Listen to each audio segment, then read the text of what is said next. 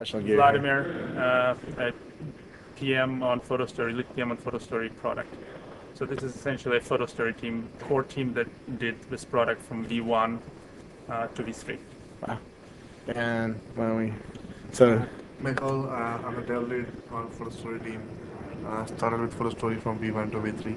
okay. I'm James, a tester for Photo Story. I'm also working from V1 to V3 Okay. through the Photo Story product. And what do you do? You're I'm tester. tester, and you're Lead dev. dev lead. Great. And you're just PM. okay. Hi, my name is Dongmei. He's the guy who gets all the credit, in other words. That's how it works on my team. What do you do? Okay, my name is Dongmei. I'm a developer Developer. on the Photo Story product. I also Okay. started to work on this project from V1 and to V3, V2, V3. Wow. V1 and V2 shipped as part of different Plus products. So it was digital Plus Digital Media Edition that was released in 2003, and then in the January 2003, and then in December 2003, V2 came out. Right. And this version is going to be distributed in October, later October this year, as part of Genuine Windows campaign. So it's Right. going to be a free download. The only requirement for users to be able to use it is that their version of Windows is genuine. So majority of people who have purchased it, retail, install it, so not pirated version, they're Yeah. going to be fine. So for them, it's going to be free. And Okay. for people who have problems, it will alert them and direct them to the Microsoft site how to correct the problem. And as soon as they have a good version of Windows, it's free. Okay. What are you most excited about the product? I mean, if you had 2 minutes with a friend to show him the product, what would you show him? What would you be most passionate about? Maybe since you're the developer, what would you show another developer that you built on the product? Okay, I think the most exciting thing I feel about this product is that it's so simple to use, and it gives you something you can really show off to your friends and family. Right. So in our term, we call it little effort, stunning result. So, Okay. and that's what we've been trying to achieve throughout, the development of this product. Right. Yeah. Did you write the code on this? And Yeah. which features were you responsible for? Well, if we simply okay, so if we divide it into like the UI part and the core part, then I did most of the work on the core parts. Okay. Yeah. That's Cool. She what did I was more working on. infrastructure part, which is not visible much, Yeah. but which was very important. Without her work, it wouldn't be there. Absolutely. Anybody else want? My favorite feature on V3 was the ability to zoom and do any kind of zoom. And the reason I liked it is because we have this 5 megapixel, 6 megapixel pictures, and there is no real good way to look at those pictures because a typical monitor is 1024 by 768, 1200 by something. Yep. You just have a 1 megapixel view of a 5 megapixel picture. So no good way to see it. You can zoom in, but then you have to pan all up. No good way to see it. And the way Photo Story allows you to do zooms, you can actually make use of the 6 and 7 megapixel resolutions and get a good quality video experience. Okay. And that's why you see, oh, now I have a reason to buy a good camera. Yeah. One of the things that was first in V1 was solved. One of the things was that this is not, though it's a WMV file, it uses special codec that's optimized to compress still images video. So it does not, store 30 frames per second. It stores it stores one frame and essentially motion rules of how to move it. So it's very tiny. So for instance, that also allows us to send, for instance, in email, you can produce a story, Right. and you can choose an activity what you want to do. For instance, if you play it for PC, it can be 1024 by 768, it's big. But if you want to mail it, you can have 320 by 240 stunning video quality, and that video clip will be minute and a half. So you can never achieve that. Under 1 meg size. So Hotmail, you can mail it. So yes, it has very good. And it stores as a Windows Media file media, format, yeah. the WMV file. Yes. So as soon as You can't store as MP3 or anything wacky like or MPEG or anything. It's just Windows Media, right? we store it as Windows Media because, as I said, that was the goal for us and for other guys in the division to support it and Yeah. to make sure it's as small as Yeah. possible. And the Windows Media is a great compression technology. It makes very small. I know Yes. that from For, my Channel for 9 this videos. codec. for that, for the, yes, for this special image codec that compresses still images. And Now, can you apply DRM to the file so that you can make it hard to copy or anything like that? we can guess probably do it, but not inside the product. I mean, Not you inside the can. product, you can use other products. Okay. Since Yeah, that's you not can really protect the goal it. of it. The whole idea is you just make home videos and share with friends and family. Yeah. You wouldn't usually use DRM for that. Yeah. Yeah. But in enterprise settings, you can protect it if you want. Yeah. Well, people are going to use this for all sorts of weird things. Right. Adam Curry, I don't know if you been watching any of the podcasting. Adam Curry is the MTV music VJ from the 1980s, and he's now doing a daily radio show on the internet. And I'm going to do something like this, but with Windows Media, and they actually have a RSS reader now that can subscribe to it and shove it right onto your Windows device, into your tablet or into Because it's very small. I mean, size-wise, for the quality of video that you get. I mean, we discovered some of our guys, for instance, from Brazil. We have an employee from Brazil, so he goes daily to check out this newspaper from Rio, right? So one of the biggest newspapers in Brazil pretty regularly puts out photo story. So they have let's say, big soccer match. Boom, there's photo story. And since it's very small, they use download and play. And I mean, I can show you. I mean, some of this pretty cool stuff that people use in in commercial web publishing and things like that. Okay.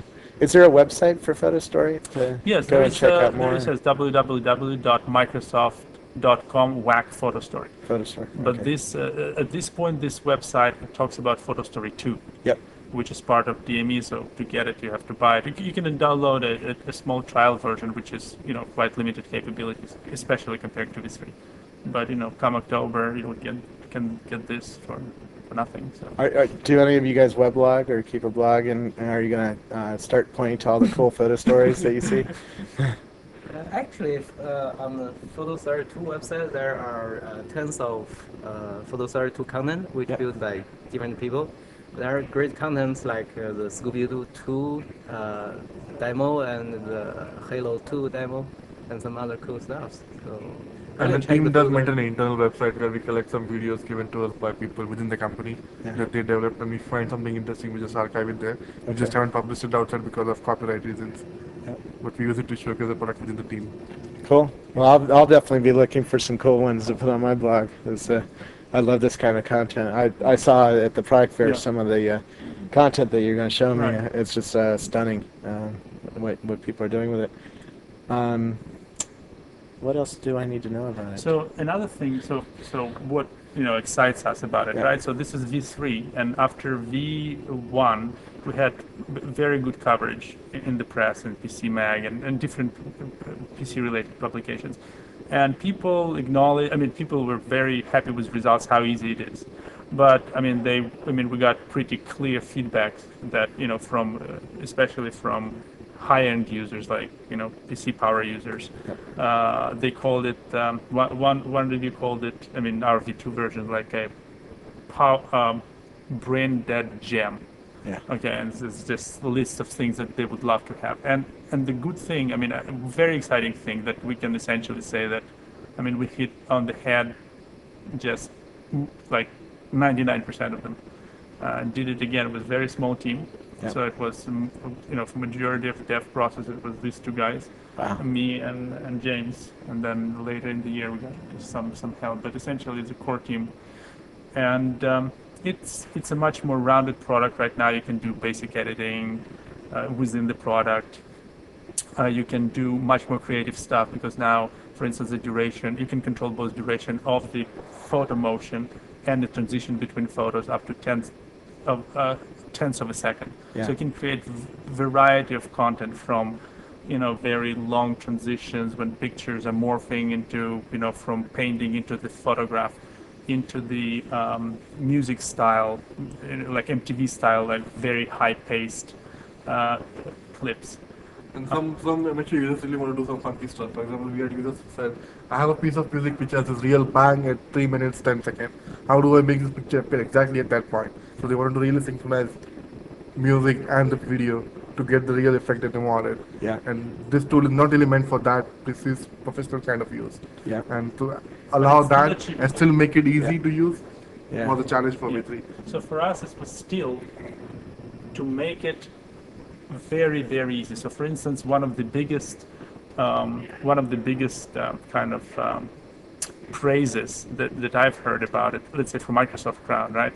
When we're presenting, that the guy said this is the first thing out of Microsoft that my wife, needed to produce something, right? Yeah. And I gave it to her, and I didn't have to help her. Yeah. And when she brought it to show to her, the school meeting, everybody, oh my God, this is professional. How did you do it? Yeah. So that's where we were striving to go. I mean, very simple. We didn't want to produce any timelines and complex UI that you need to know how to edit audio, how to edit video, how to slice and dice. So very simple, but at the same time, for people who want to be creative, to have tools, intuitive tools to produce cool Right. stuff. Now, what are the input types that you can put in there? Photos, music, Photo, music, voice that you record voice on, that you on your... record. We also have this version ships with stuff based on D-Music technology that was developed for gaming. So essentially, you can create music on the fly based on the content. So for this one, so a lot of people. I mean, sometimes when people create big stories, for instance, right? You have in the morning or in the evening, you have romantic walk on the beach. Then you go, to the restaurant. Then you have dance club. So there's different types of moods that you want to convey, Yeah. and different types of music. And so this time we included this D-Music technology that essentially you can select from more than 50 music styles that fall into major 11 categories like rock and classical and Really? country. Now, can I use those on my weblog without Absolutely. any copyright or No, anything? that's exactly right. So people don't have to worry about copyrights. So they and you can specify parameters like, of course, the genre, style of music. You can specify what kind of mood you want to convey, tempo, how intense you want the music to be, and it generates precise songs. So it will have distinct beginning, middle, and end. So we don't have to fade it. It will be like at the end, it will be ta-da, if it's, So it's very cool. Really? And you can combine, so essentially in one video you can produce these different moods, different type of music. Now, can I import video from my camcorder, or is it a different product? Right. Oh, you're doing video storage. Right. We don't capture. I mean, first of all, we cannot aggregate video content here. Right. It's only pictures, music, D-Music, and voice. Yep. Definitely people ask for ability to, because even still cameras are taking now video clips, right? Yeah. So for that, you can do it, but That's version 4, right? We got to come back in a year. hopefully. But today you can take what you can produce as a video, drop the clip that you import from a video camera in the movie maker on the timeline, stitch them together, and so. So you Okay. can do it. It's not as simple as just using one tool. Right. What are the tricks to telling a good photo story? What makes a good photo story? There are two kinds of good photos that I have seen. One is it's a cool video kind of a story where the content really isn't important, but how you build the story, the kind of moods it creates, and the tensions it creates, and suddenly it changes themes or changes directions. That's how, and that's something that's generally built by a lot of people who have spent some time doing video, Yeah. and they know how to sort of let the mood build. Change the video content according to music, change the music according to video content, and that's one type of story. The second type of story is just the content itself is such a nice piece of content that you just want to convey the sentiment. It's like a son writing a video story to his father because I can't meet you Father's Day, but I just want to let you know I'm thinking of you. Those kind of stories where it's a sentiment, it's a mood that conveys the story than just a video of it. Okay. Yeah, basically, photos art is pretty versatile. First scenario, you will have lots of good pictures Yep. with your family reunion, with your party or your trip to somewhere, and you can build that to share to your friends. Say, hey, I have been in New York City or somewhere. And the other kind is just like Mehul mentioned, is you want to build an animation or something. be creative for how to use the Photoshop tools to build animation clip and something. So actually use Photoshop, you can do all kinds of stuff, just like how to use it. Yeah, So I'm gonna play around with it when it comes out. So One of when does it get released, by the way? The 27th. October 27th. Okay, great. So one important thing, why I think it caught was, with press and with people in previous versions, because definitely on the market there are products, especially after we shipped. Actually, we shipped it before Apple introduced Ken Burns effect, so that's the first.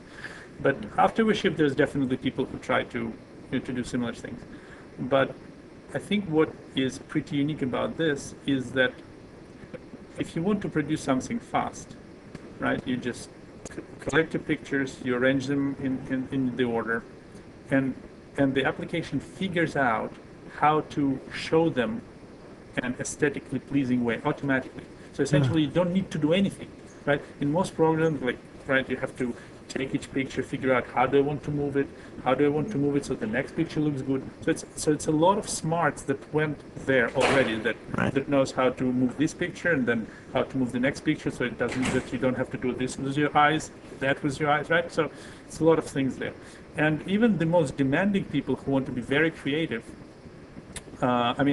use default motion on a lot of pictures. So let's say right now Photostory allows you up to 300 pictures. So it's very tedious if you have to touch, if you want to make pictures move, is to touch every picture, to specify manually So a lot of people, what they do, they let the story do it, and then they go and tweak, however many pictures they want to achieve some precise thing if they're not happy about it. Yeah. So this automatically producing very good results. I think that's where we are. So there is a limit of 300 pictures, because I have a folder with 6,000 pictures in it, so that wouldn't quite work. Yes. To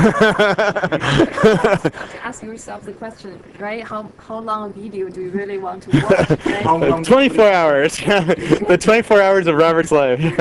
Also, just to add to Vladimir's point, that Photostory is so simple to use. We have a wizard-based application. So, it's a wizard-based application, right? You just import your pictures into the application, and then you just keep clicking next without really doing anything. At the end, after 5 or 4 clicks, you're going to see a great story. So that's the real beauty of this whole application. We did get a lot of feedback from our usability team on that. It was interesting because there were so many little things that you don't think of when you're building it. There were things like we show a screen to a user who's participating in a study, and you know that you want the user to go to the screen and do this, but does the user actually do that? You discover that, and that's a nice discovery process. Yeah. And the moment the user does something else, you did something wrong.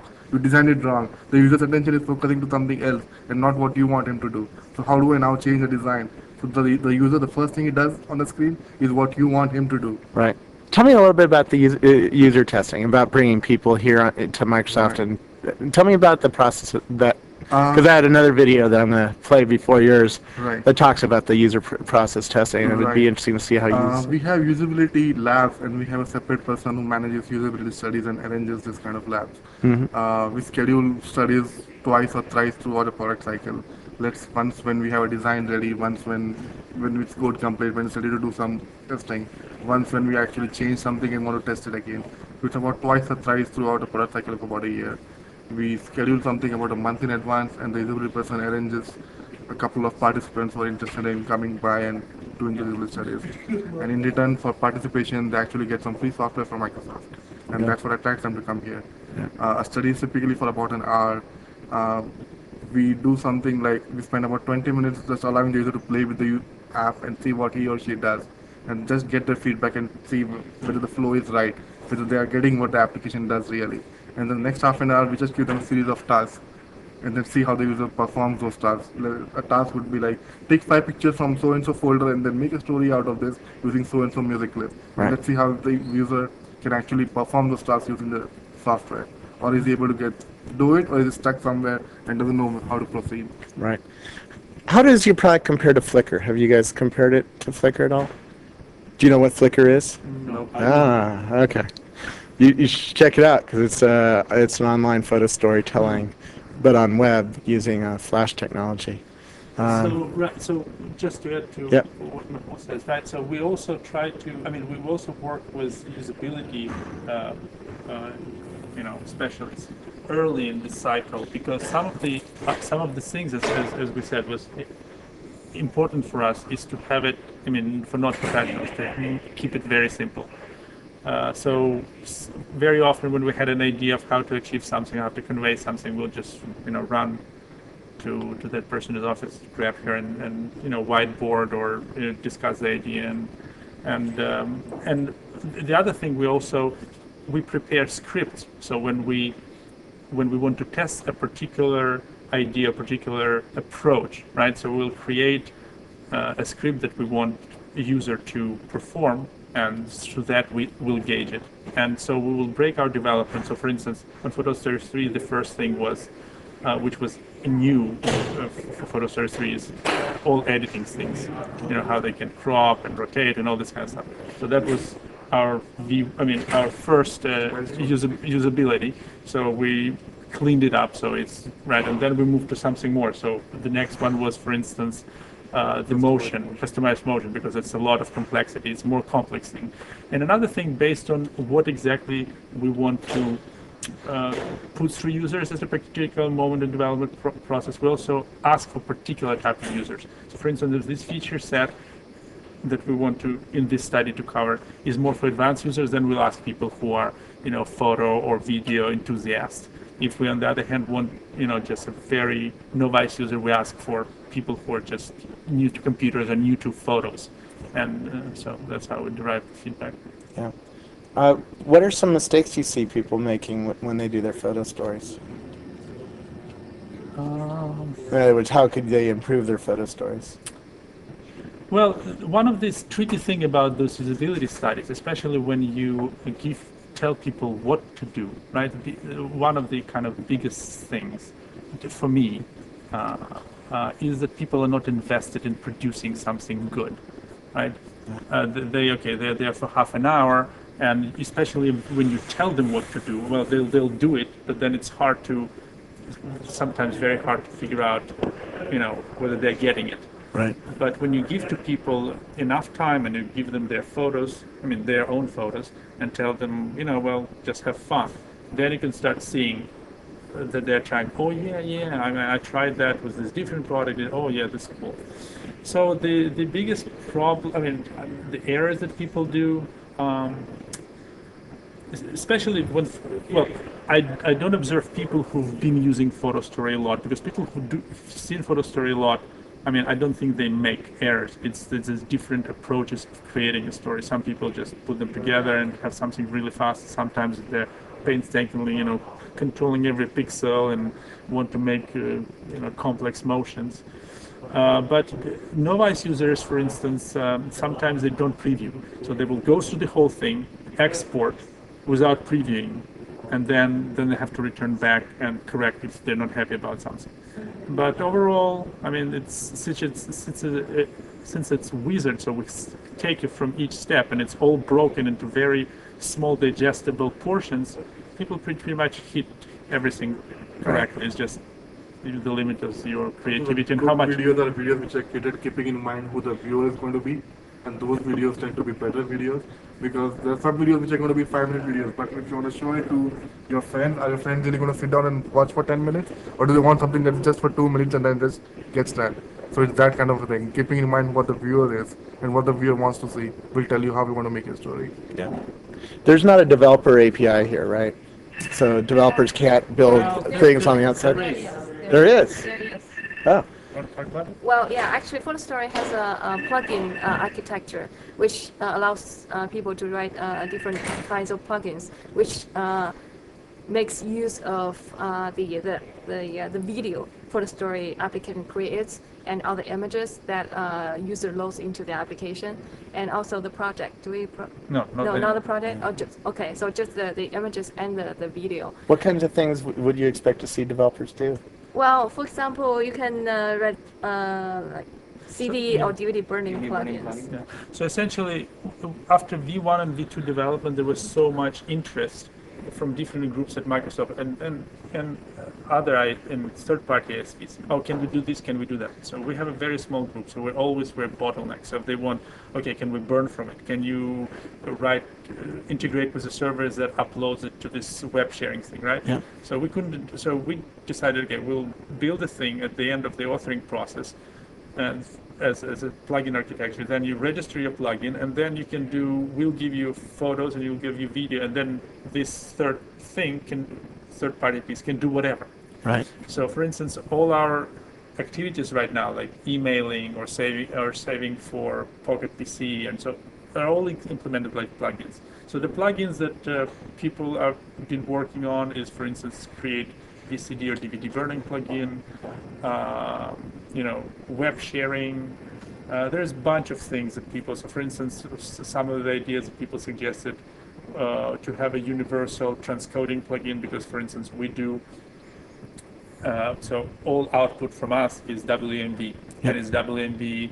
So VBI encoding. So, for instance, if you want streaming, you need to be encoding a different way. So essentially, you take what PhotoStory does, and then you provide your parameters, and it puts any video that you want.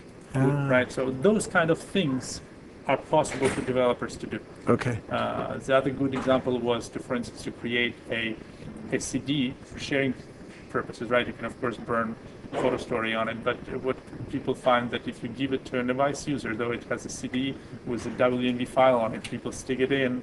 Sometimes codec is not on their machine. They have to go download it, though it automatically downloads. People are confused. So to have autoplay, kind of auto-execute CD, so you stick it in, there's executables that figures out what kind of player you have, whether you have the codec. If you don't have a codec, installs codec, starts playing automatically. Yeah. So all these kind of things are possible and now we are out of the picture because we provide the API and people can just do it. And when people, and actually we'll have a website. I mean, we have a website already. So out of PhotoStory UI, when it's asked, what do you want to do now that you produced it? How do you want to proceed? And there is a website that says check new activities with, at Microsoft website. You go there, and if people develop those things, we can point to them from this web page that says, well, if you want to burn DVD out of PhotoStory, you buy this plugin. If you want to, transcode it into some other formats, take it here. So it's a nice thing that people can plug it in. A little bit restricted V1 product that was shipped in MSN Photos 9. It shipped in Digital Image Pro 9. A PhotoStory 2 that is now available through Digital Image, through Digital Media Edition of Plastic Pack, is also available this year through Digital Image Pro 10. And this one, the third one, is coming out as a standalone now. Okay. So this technology is getting propagated through different release vehicles. Right. For the future, are you thinking about doing any group working so that I could work with the four of you on a photo story? Because obviously that's pretty hard to do right now. Right. So collaboration scenarios. I mean, people raise them up from time to time, and at this point, I think on our plate, technically, there is enough cool feature for single authoring that are, pretty compelling. If we do V4, it's probably your scenario is not going to be there. So we'll probably wait for, Longhorn to give P2P kind of thing before we start putting it here. Right.